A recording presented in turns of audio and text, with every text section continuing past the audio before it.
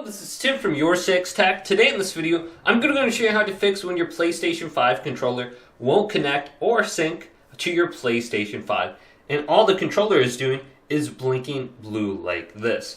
Now, the first thing you want to easily try is grabbing a USB cable and go to the front of the PlayStation 5 and connect this, and then connect the other end to the controller. Now, with the cable connected, press the PlayStation button, and then the lights should change colors like this.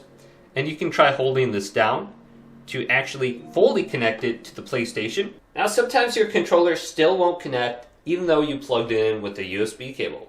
Now, when this happens, go to your PlayStation 5 and then go to Settings right here and select this. Then go down to where it says Accessories. Under Accessories now, let's go to Bluetooth Accessories and locate the wireless controller that won't connect. And I have multiple wireless controllers under here, and I know I have two connected currently. One is connected to this account, and the other one is connected to Timbo Slice. So I'm going to delete every other controller. And one of those controllers will be this black one in my hand right now. So let's go to the controller and go to Delete, and forget it from my PlayStation 5. Then go to this one and delete it. Now what I want to do is hold down the PlayStation button and the sharing button right here at the same time and put it into the syncing or pairing mode. So my PlayStation 5 is looking for a Bluetooth device to connect to now, and I can see it's showing up under Accessories Found now. Use your currently connected controller and go on down to Accessories Found, and then select DualSense Wireless Controller. Go to Yes and pair it to your PlayStation 5 and choose an account to connect to. So let's go to this account.